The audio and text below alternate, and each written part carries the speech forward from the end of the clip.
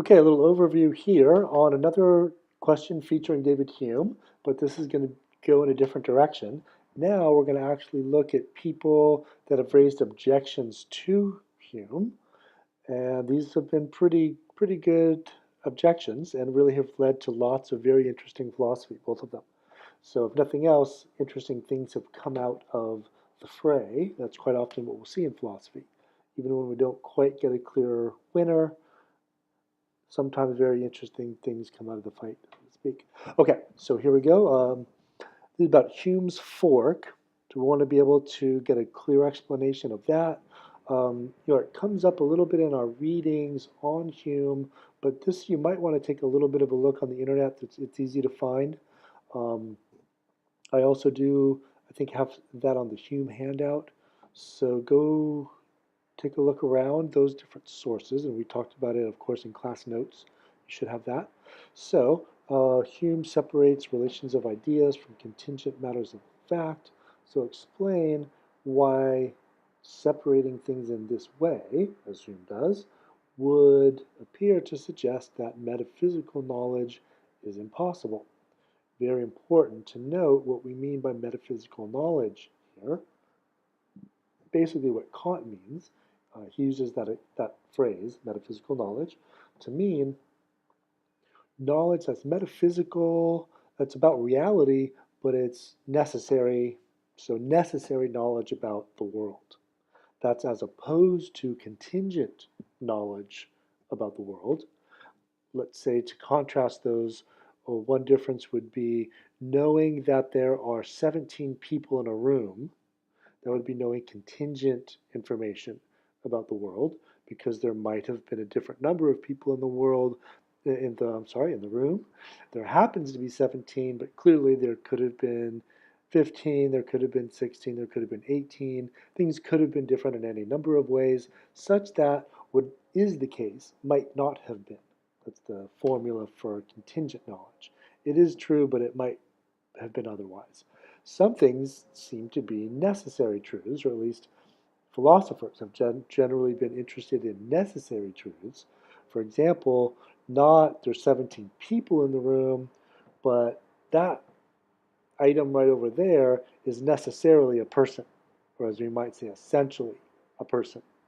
That might be an example of a necessary truth about the world, the essences of things. So, other kinds of necessary truths are in mathematics and logic. Also, there's things that are like true by definition. All bachelors are unmarried. That's a necessary truth. So, metaphysical knowledge is going to have to be knowledge that's about the world, but also has that necessity to it, not merely contingent. Hume's fork presumes to establish that we can never get that kind of knowledge. So essentially, metaphysical knowledge is impossible for Hume.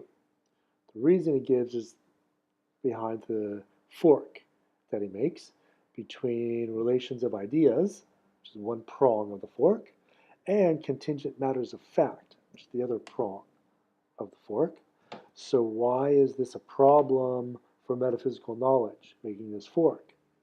Well, Hume says the only knowledge that we have of necessary truths comes from relations of ideas, but relations of ideas are not about the world. They're about ideas. They're about our own ideas and what they mean. That's not having knowledge about the world. It is having knowledge, and it's having necessary knowledge, but it's not metaphysical knowledge because that necessary knowledge isn't knowledge about the world. It's just knowledge about the content of our own ideas. That's Hume's idea there on that prong. Why necessary knowledge can't be metaphysical? Because it's not about the world. It is necessary, though. Okay, on the other prong, contingent matters of fact are those that we acquire through a posteriori investigation, which is really just observational, sense driven, sense data based inquiry. So, knowledge gained from experience, ordinary enough notion.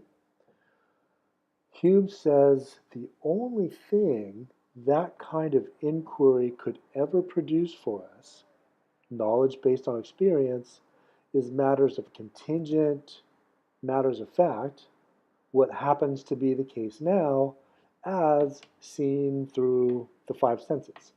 That's a good way to see what's happening right now, is to base our beliefs on what our sense experience is right now. And that's a certain kind of knowledge that we can get there. We can get knowledge of contingent matters of fact. However, precisely because it's contingent, we'll never get metaphysical knowledge this way, because metaphysical knowledge requires necessary truths, not contingent truths about what happens to be the case. So basically, Hume here is saying we'll never get necessary knowledge from experience. You can only get contingent knowledge from experience. On the other hand, the only way that we can get necessity is from these mere relations of concepts or relations of ideas.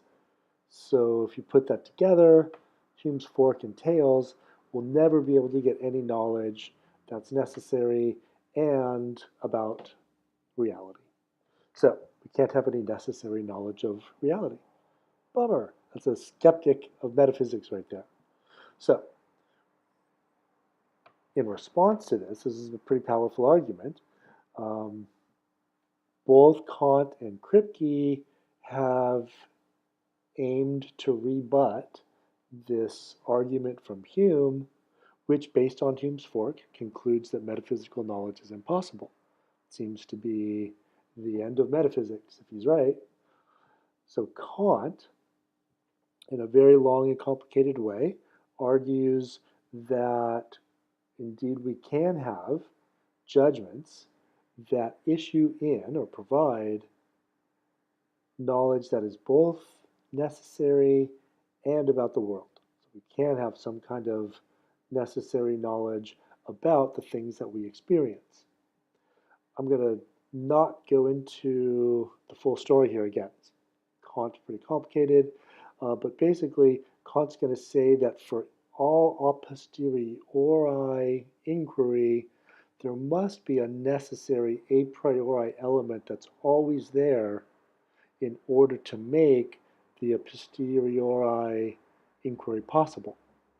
A priori necessary preconditions of a posteriori investigation. That's not exactly the Kantian way to put it in all the right details, but that gives you the gist of what you'd want to be able to see in Kant when you go back and look over the readings, like what to look for. So just say this maybe as the last thing for Kant, like we can know of any object of experience that it conforms to the forms of understanding, because otherwise it couldn't be an object of experience. So in a very different kind of way, Kripke says that through scientific discovery, which is a posteriori and based on experience, if anything is scientific knowledge, is experience grounded. That's crucial to the scientific method. That a posteriori mode of investigation, science, has provided knowledge of reality that just does seem to be necessary truths, even essential truths, about the things we've discovered. For example, that water is H2O. Gold has atomic weight 79. I think that means there's 79 protons in the nucleus of all of the relevant cells.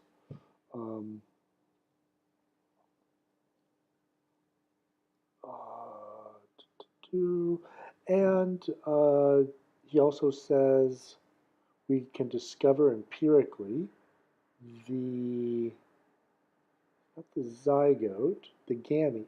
what he looks at. You could say gamete or zygote, really. That, for example, you originated from, that's called the necessity of origin, instead of the necessity of constitution, as he has it for water and gold.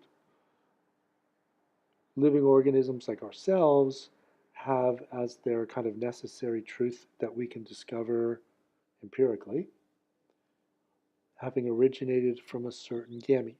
So he would say